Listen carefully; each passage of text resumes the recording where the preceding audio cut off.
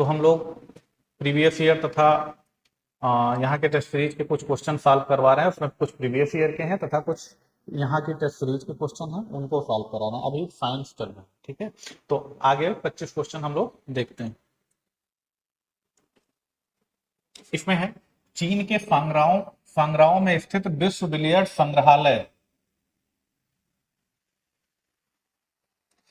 विश्व बिलियर्ड संग्रहालय में हॉल ऑफ फेम में किसे शामिल किया गया? तो बिलियर्ड्स है, तो इसमें एक प्लेयर भारत के हैं महत्वपूर्ण, पंकज आडवाणी, इन्हीं को शामिल किया गया है। कहां पर? चीन में, ये ध्यान रखना है, चीन में। और किसको शामिल किया गया है? पंकज आडवाणी को। अगला क्वेश्चन है, कथन है यकृत मानव शरीर में वसा के पाचन में महत्वपूर्ण भूमिका निभाता है। तो यकृत कहां से जुड़ा होता है? तो छोटी आंत से, स्मॉल इंटेस्टाइन से जुड़ा होता है, स्मॉल इंटेस्टाइन से जुड़ा होता है। और हम जानते हैं कि जो आमाशय होता है वहां प्रोटीन पेप्टोन में टूट जाता है।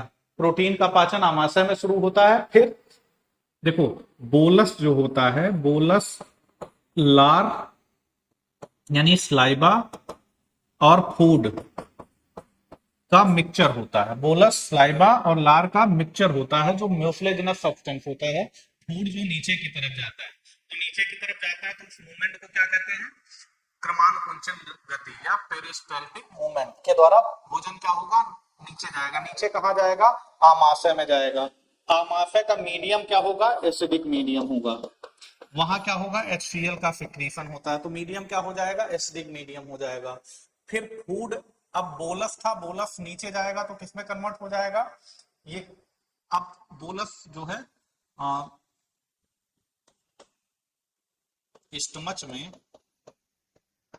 स्टमच में ये किसमें कन्वर्ट हो जाएगा?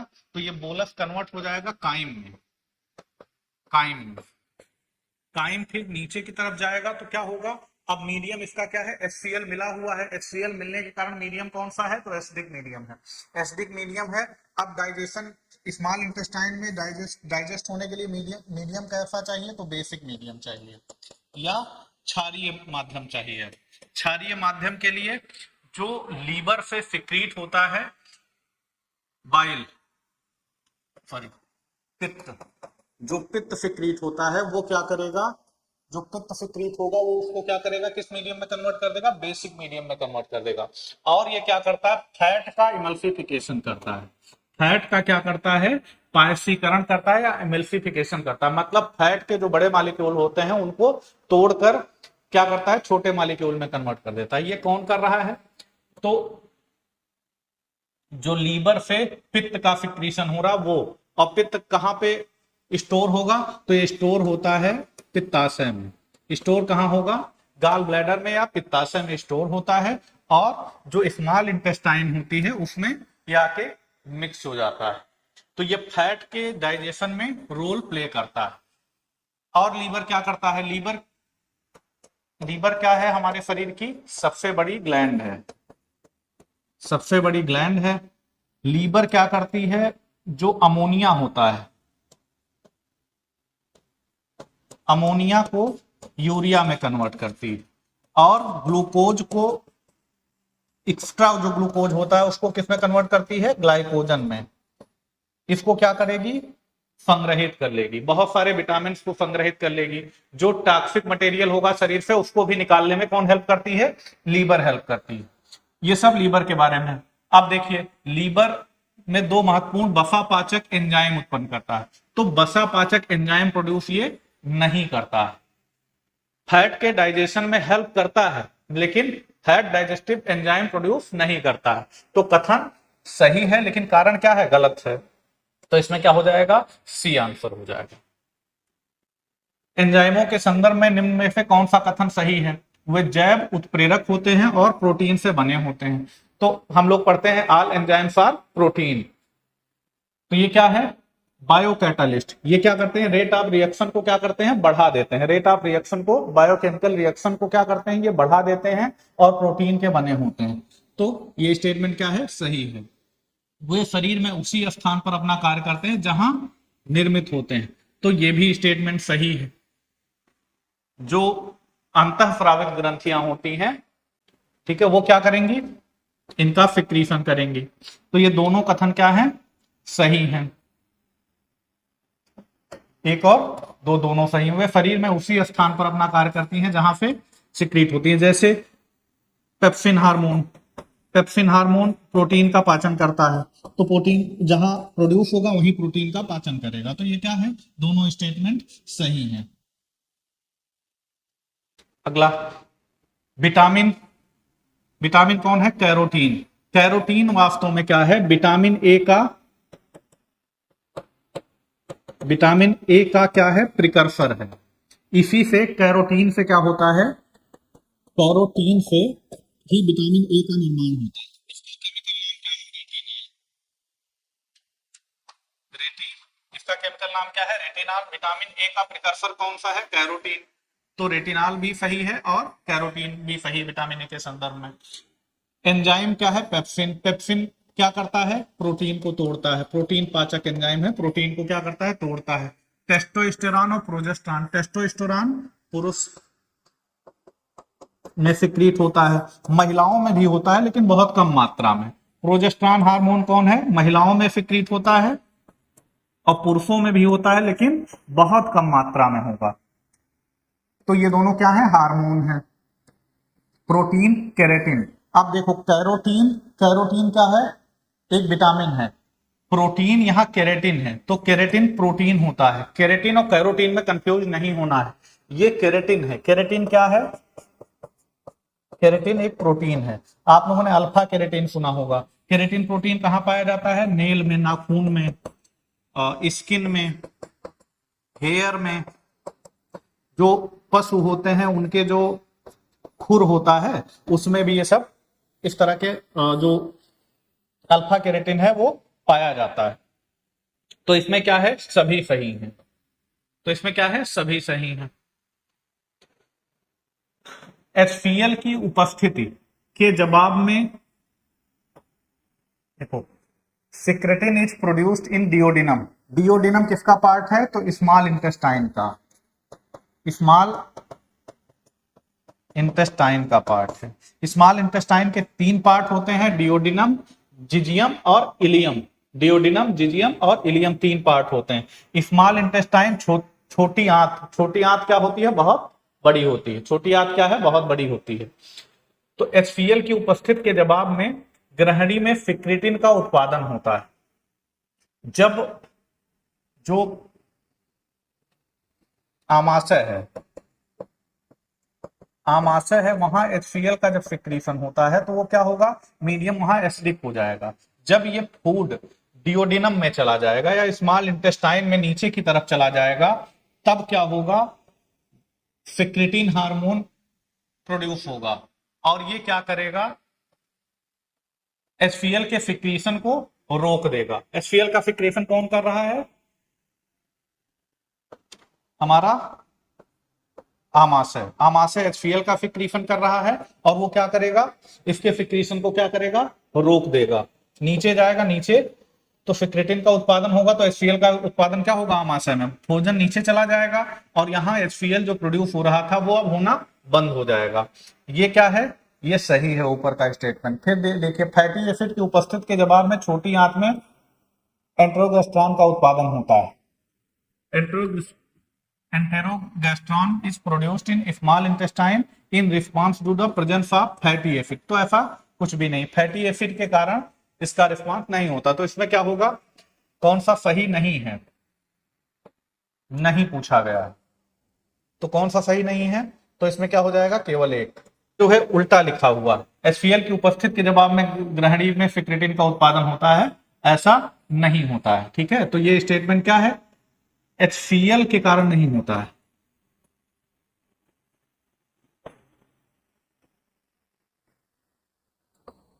विटामिन क्या है, तो कार्बनिक यौगिक है। विटामिन क्या होते हैं, कार्बनिक यौगिक है। ये क्या करते हैं, बायोकेमिकल रिएक्शन को क्या करते हैं, बढ़ा देते हैं। बायोकेमिकल रिएक्शन के रेट को क्या करते हैं, ये बढ़ा देते हैं। ये क्या है, जटिल कार्बनिक यौगिक होते हैं। ग्लाइसिन, सेरीन और टायरोसिन को मानव आहार में शामिल किया जाना चाहिए। ये क्या है सब? ग्लाइसिन, सेरीन और टायरोसिन क्या है? ये है अमीनो एसिड। अमीनो एसिड है। अमीनो एसिड, कई सारी अमीनो एसिड मिलकर क्या करती हैं? प्रोटीन बनाती हैं। तो जो प्रोटीन सिंथेसिस की प्रक्रिया है उसमें क्या करेंगे? ये पार्टिसिपेट करेंगे। प्रोटीन सिंथेसिस की प्रक्रिया में ये क्या करेंगे? पार्टिसिपेट करेंगे। तो हम देखते हैं प्रोटीन सिंथेसिस की प्रक्रिया, जो प्रोटीन संश्लेषण की प्रक्रिया बॉडी में होती है, उसमें क्या होते हैं? 10 जो है एसेंशियल अमीनो एसिड होते हैं। एसेंशियल आवश्यक होंगे या अनिवार्य होंगे, और 10 क्या होंगे? नॉन एसेंशियल होंगे। तो एसेंशियल अमीनो एसिड क्या होते हैं? ये बाहर से हमें चाहिए।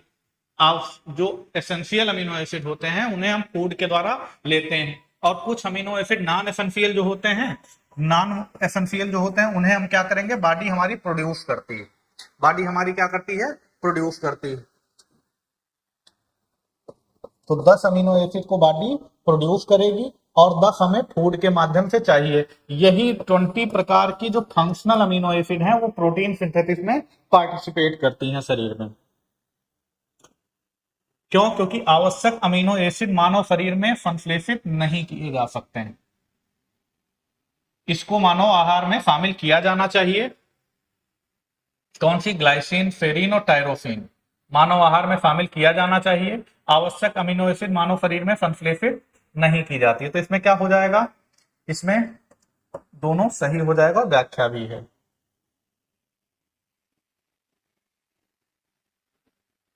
ये सही है। ये जो है ये गलत है। ए गलत है, आर सही है, डी हो जाएगा इसमें।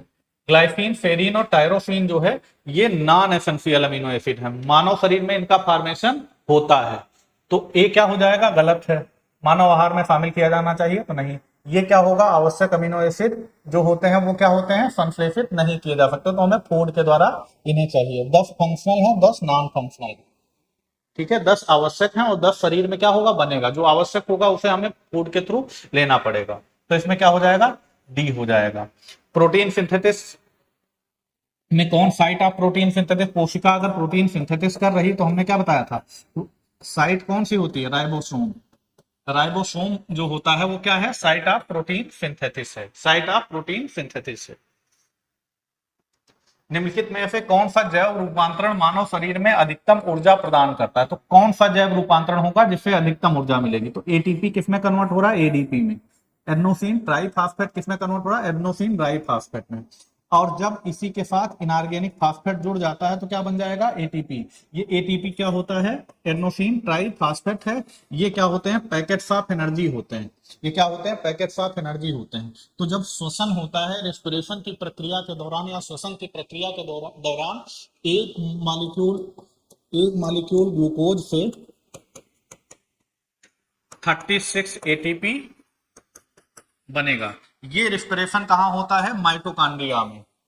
इसलिए माइटोकॉन्ड्रिया में माइटोकॉन्ड्रिया को क्या कहा जाता है? कोशिका का विद्युत गृह। ठीक है, वहां पे क्या होगा? ये ऊर्जा बनती है। तो ATP, ADP plus inorganic phosphate ये क्या बनाएगा? एटीपी बना देगा। ये क्या है? Packets of energy. A B रक्त समूह के लोग सार्वभौमिक प्राप्तकर्ता होते हैं। जो ए बी ब्लड ग्रुप वाले होते हैं वो यूनिवर्सल रिसिपिएंट होते हैं या रिसीवर होते हैं, सभी से एक्सेप्ट कर लेते हैं। तो क्यों एक्सेप्ट कर लेते हैं? रक्त समूह ए बी की लाल रक्त कोशिकाओं में कोई एंटीजन नहीं होता। ऐसा नहीं, इसमें एंटीजन होता है, एंटीबॉडी नहीं होता है। एंटीबॉडी नहीं होता है तो क्या होता है? अस्कंदन नहीं होने पाता ब्लड का। ठीक है, तो ये क्या है? कथन सही है, कारण क्या है? गलत है। तो ए सही है लेकिन आर गलत है, तो सी हो जाएगा। मानव मस्तिष्क की स्मृति क्षमता कहाँ स्थित होती है? तो सेरेब्रम। सेरेब्रम क्या है? सबसे बड़ा पार्ट है। ये क्या है? सबसे बड़ा पार्ट है, भाग है ब्रेन का। ये क्या करेगा? मेमोरी के लिए क्या है? ये जिम्मेदार है। किसी चीज को हम याद रखते हैं तो इसके लिए कौन जिम्मेदार है? सेरेब्रम जिम्मेदार है। मेडुला ऑब्लंगाटा, जैसे हम कोई चीज खाते हैं तो जो स्वेल करते हैं उसके लिए जिम्मेदार है। फिर पेरिस्टाल्टिक मूवमेंट होता है, उसके थ्रू भोजन नीचे जाता है, उसके लिए भी यही जिम्मेदार है। खांसना हो गया, छींकना हो गया, हार्ट बीट हो गया, इन सबको कौन रेगुलेट करता है? खांसना, छींकना या जो खाना खाते हैं, हार्ट बीट, इन सबको मेडुला ऑब्लोंगाटा रेगुलेट करता है। और सेरेब्रम क्या है? ब्रेन का सबसे बड़ा भाग है, ये मेमोरी के लिए जिम्मेदार होता है। क्या हो जाएगा आंसर? मानव मस्तिष्क की स्मृति क्षमता, तो सेरेब्रम हो जाएगा। मेलाटोनिन को रात्रि हार्मोन कहा जाता है। तेज रोशनी में शरीर में मेलाटोनिन अधिक बनता है। मेलाटोनिन को क्या कहा जाता है? रात्रि हार्मोन कहा जाता है। ये भी सही है, रात्रि हार्मोन कहा जाता है। तेज रोशनी में मेलाटोनिन का अधिक नहीं बनेगा, कम बनेगा। इसका सिक्रीशन जब अधिक होगा तो नींद अधिक आएगी। इसके लिए पीनियल ग्लैंड जिम्मेदार होती है। पीनियल ग्लैंड जो ब्रेन में होती है, मस्तिष्क में होती है, उससे क्या होगा? मेलाटोनिन हार्मोन का सिक्रीशन होगा, और जब अंधेरा होगा तो इसका सिक्रीशन बढ़ जाएगा, और लाइट जब होगी ज्यादा तब इसका सिक्रीशन कम हो जाएगा, जिससे क्या होगा? नींद नहीं आती, नींद नहीं आएगी। राइट? तो इसमें कौन सा हो जाएगा? ए सही है और आर गलत है। इसे नींद का हार्मोन भी कहा जाता है। फ्लोएम का मुख्य कार्य प्रकाश संश्लेषण की प्रक्रिया में उत्पादित घुलनशील कार्बनिक पदार्थों का परिवहन करना है। किसका परिवहन करना है? The main function of phloem is to transport soluble organic matter produced in the process of photosynthesis. Photosynthesis का काम कौन करता है? पत्तियां करती हैं। पत्तियां क्या करेंगी? सौर ऊर्जा का उपयोग करके क्या करेंगी? भोजन बनाएंगी, फूड बनाएंगी, फूड बनाएंगी। वो फूड क्या होगा? स्टार्च होगा, या उसको ग्लूकोज कह लो, या उसको स्टार्च, ग्लूकोज या कार्बोहाइड्रेट, कुछ भी कह सकते हो। ये क्या होगा? ये यहां स्टोर होगा पत्तियों में। तो फ्लोएम क्या करता है? पत्तियों में अब जड़ें होती हैं, नीचे प्लांट में क्या होगा? जड़ें होंगी, स्टॉक होगा। तो सभी पार्ट को क्या चाहिए? सभी कोशिकाओं को भोजन चाहिए, तभी वो क्या करेंगे? रेस्पिरेशन करेंगे, श्वसन करेंगे, जिससे ऊर्जा बनाएंगी। तो होगा क्या कि ये फूड मटेरियल जड़ों की कोशिकाओं को भी चाहिए। तो ये जो फ्लोएम होता है, फ्लोएम क्या है? कंडक्टिंग टिश्यू है, प्लांट में पाया जाने वाला कंडक्टिंग टिश्यू है। इसी के थ्रू क्या होता है? फूड ऊपर से नीचे या पूरी बॉडी में इसके डिस्ट्रीब्यूट किया जाता है। तो ये जड़ों में भी क्या करेगा? फूड की सप्लाई करेगा। ये सब क्या है? ऑर्गेनिक कंपाउंड है। ये सब क्या है? Organic compound. तो वही बात लिखी गई है, घुलनशील कार्बनिक पदार्थों को या ऑर्गेनिक कंपाउंड का परिवहन करता है। ये सब क्या है? ऑर्गेनिक कंपाउंड है, इनका परिवहन करेगा। कौन करेगा? फ्लोएम। तो ये सही है। दूसरा, जाइलम का मुख्य कार्य भोजन का परिवहन करना है। यही बात लिखी के घुमा फिरा के लिखी है। तो जाइलम क्या करता है? जाइलम जड़ों से जल को ऊपर की तरफ ले जाएगा, पत्तियों तक ले जाएगा, और पत्तियों में क्या होगा? H2O प्लस CO2, इसके द्वारा क्या करेंगी? पत्तियां भोजन बनाएंगी। तो ये क्या है? गलत है। जाइलम क्या किसका कंडक्शन करता है? जल का। और जल को क्या करता है? नीचे से अवशोषित करके ऊपर की तरफ ले जाएगा। फ्लोएम फूड का कंडक्शन। तो केवल एक सही हो जाएगा इसमें। प्लांट हार्मोन और कार्य। प्लांट हार्मोन कौन कौन से हैं? तो ऑक्जिन होता है। ऑक्जिन एपिकल ग्रोथ के लिए जिम्मेदार है। एपिकल ग्रोथ मतलब जैसे प्लांट जर्मिनेट करता है, सपोज करो कोई सीड जर्मिनेट कर रहा तो ऊपर की तरफ तो ये क्या है? उसका एपेक्स है, या इसी को क्या कहेंगे? यहाँ सेल डिवीजन बहुत तेजी से होगा, कोशिका विभाजन यहाँ बहुत तेजी से होगा, और प्लांट क्या करेगा? ऊपर की तरफ ग्रो करता रहेगा। इसी को कहा जाता है एपिकल ग्रोथ। यहां क्या होता है? इस ग्रोथ के लिए ऑक्सिन हार्मोन जिम्मेदार होता है। कोशिका जिब्रेलिन क्या करेगा? Cell growth. जिब्रेलिन भी क्या करेगा? कोशिका विभाजन में हेल्प करता है। जिब्रेलिन भी कोशिका विभाजन में हेल्प करता है। साइटोकाइनिन भी सेल डिवीजन में हेल्प करता है। तो ऑक्सिन, जिब्रेलिन और साइटोकाइनिन क्या है? ग्रोथ प्रमोटर होते हैं, वृद्धि वर्धक होते हैं। जो तीन हार्मोन कौन कौन से हैं? ऑक्सिन, जिब्रेलिन और साइटोकाइनिन। ये क्या है? ग्रोथ प्रमोटर हैं। और एब्सिसिक एसिड क्या है? हेल्प इन ग्रोथ में नहीं, ये क्या करता है? ग्रोथ इनहिबिटर है, यानी वृद्धि को रोकता है, वृद्धि रोधक हार्मोन।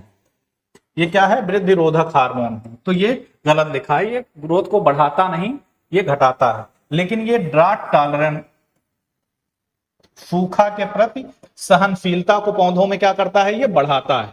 सूखा के प्रति सहनशीलता को पौधों में क्या करता है, ये बढ़ाता है। कौन सा, एब्सिसिक एसिड। एक हार्मोन और बचता है इथाइलिन। इथाइलिन ये प्लांट में पाया जाता है, गैस के फॉर्म में पाया जाने वाला हार्मोन है। ये हेल्प करता है फलों के पकने के लिए, फलों के पकने के लिए हेल्प करता है। और क्या काम करता है, ये फलों को, पत्तियों को, जो पुराने फूल होते हैं उनको गिराने का काम भी पौधों से करता है ये इथाइलिन। अफीम क्या है, फल है, अधपका फल है या कच्चा फल है, ठीक है। हींग क्या है, पत्तों से नहीं प्राप्त होता है, ये राइजोम से या जड़ों से, राइजोम या रूट से प्राप्त किया जाता है। और प्लांट का नाम क्या है, फेरुला, फेरुला नामक पौधे से प्राप्त किया जाता है, तो ये गलत है। रबर स्टेम से प्राप्त किया जाता है या तने से, स्टेम या तना से प्राप्त किया जाता है। कुनैन, कुनैन जो है सिनकोना की छाल से प्राप्त किया जाता है, सिनकोना की छाल से प्राप्त किया। इसमें गलत कौन सा होगा, हींग, पत्ते से प्राप्त नहीं किया जाता। कोबाल्ट 60 शरीर में आंतरिक ट्यूमर का उपचार, तो ट्यूमर या कैंसर भी दे सकता है इसमें, ठीक है, ट्यूमर या कैंसर। थायराइड आयोडीन है तो थायराइड ट्यूमर का उपचार। फास्फोरस 32 ल्यूकोडर्मा का उपचार करता है। रेडियो अनुपात, अनुपात असामान्यता को ये मैनेज करता है, रेशियो एबनॉर्मलिटी को। ये सब क्या है, सभी सही है इसमें। यदि आंख का लेंस अपारदर्शी हो जाए, तो आंख में अपारदर्शी होने का मतलब है जो लेंस है उस पर क्या हो, एक परत बन जाती है, व्हाइट कलर की एक परत बन जाती है, जिसको क्या कहा जाता है, मोतियाबिंद कहा जाता है।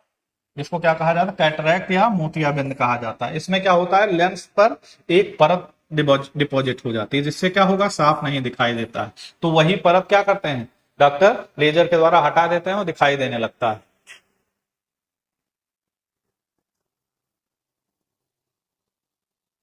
राष्ट्रीय national programme on control on blindness 76, ये सही है। इंटीग्रेटेड चाइल्ड डेवलपमेंट स्कीम 75 में, ये भी सही है। नेशनल लेप्रोसी प्रिवेंशन प्रोग्राम 83, ये भी सही है। नेशनल रूरल हेल्थ मिशन 2006, ये 2005 में, थोड़ा सा क्लोज था। नेशनल रूरल हेल्थ मिशन क्या है, 2005 में। नेशनल लेप्रोसी प्रिवेंशन प्रोग्राम 83 में है।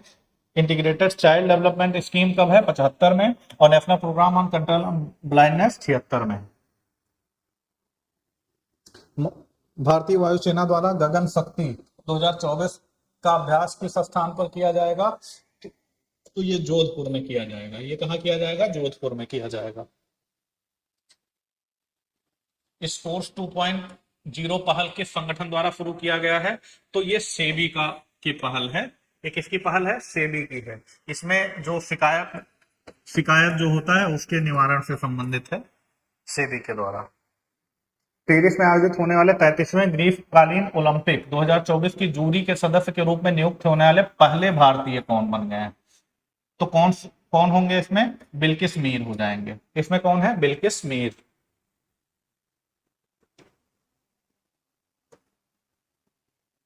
बिगनर क्रिस्टल क्या है, तो सॉलिड फेज ऑफ इलेक्ट्रॉन होते हैं। ये क्या है, सॉलिड फेज ऑफ इलेक्ट्रॉन होते हैं। ये क्या है, सॉलिड फेज ऑफ इलेक्ट्रॉन होते हैं।